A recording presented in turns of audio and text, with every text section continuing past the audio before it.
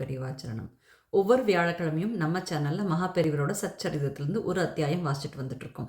அந்த வரிசையில் இன்னைக்கு வியாழக்கிழமை மே 9 அத்தியாயம் 14 வாசிக்க போகிறோம். காஞ்சி மடத்தில் ஒரு நாள் மதியம் மகாபெரிவா சாப்பிட்டு கொண்டிருந்தார். அவரை யாரோ குறுகுரு என்று பார்ப்பது போல் இருக்க நிமிர்ந்தார். ஜன்னலை பிடித்தவாறே குட்டி குரங்கு ஒன்று நின்று கொண்டிருந்தது. அதற்கு வாழைப்பழம் தருமாறு பணித்தார்.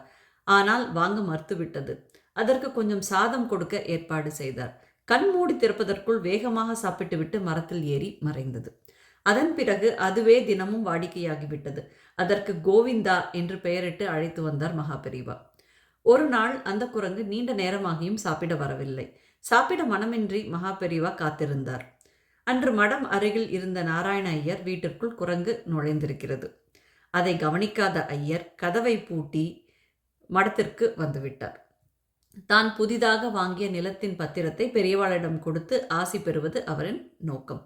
பெரியவாளிடம் பத்திரத்தை கொடுப்பதற்காக பைக்குள் கையை விட்டார் நாராயண ஐயர். ஆனால் பத்திரத்தை காணவில்லை. அவர் திகைத்தார். நாராயண ஐயரே, என்ன தேடுறீர்? நான் குரங்கை தேடுறேன். நீர் பத்திரத்தை தேடுறீரா என்ற பெரியவா. போங்கோ போங்கோ, வீட்டில் போய் தேடி பாருங்கோ. நான் தேடுறது மட்டும் இல்லாமல் நீங்கள் தேடுறதும் கிடைக்கும் என்றார். விறுவிறு என வீட்டுக்கு வந்த ஐயர் கதவை திறக்க சரையலென குரங்கு ஒரு பையுடன் ஓடுவதை கண்டார்.